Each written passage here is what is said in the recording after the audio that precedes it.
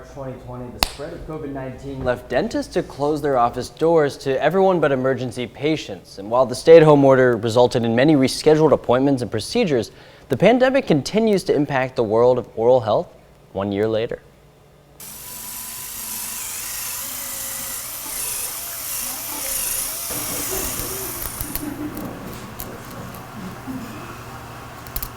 The timeless and occasionally cringeworthy soundtrack of the dentist's office. Sorry if you're not a fan, it's just been a while since a lot of Americans have had the chance to sit in the chair and listen. For Dr. Mendez, it all started last spring when, other than for the emergency appointments, his office was forced to close for 6 weeks because of the pandemic. Poor Karen, our receptionist, had to spend so much time rescheduling people because we thought they kept saying, well, 2 weeks, 2 weeks, 2 weeks. They kept extending them. And so that required her to have to recall people.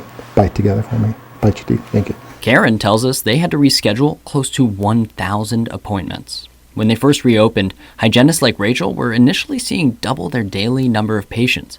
Dr. Mendez says they've been able to see a lot of them, but it still presents its challenges. Because we're seeing the regular scheduled patients plus the other ones that we've been working in, and cycles have changed, so yeah, it's a little difficult. In regaining their rhythm, his office has also noticed the impact of the pandemic, both right behind the mask and in their patients' smiles. Yeah, dry mouth and dry lips and zits, and yeah, that's all. We're seeing that with pretty much all age groups, teenage on. More people are having jaw problems, teeth problems, broken teeth, because they've been clenching and grinding and stressing out. So that's another thing that we've been seeing.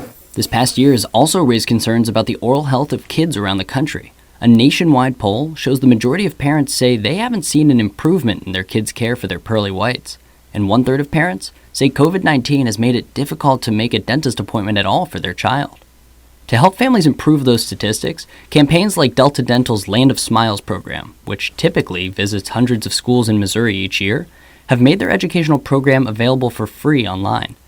Like your dentist, they stress the difference that the little things like brushing and flossing can really make.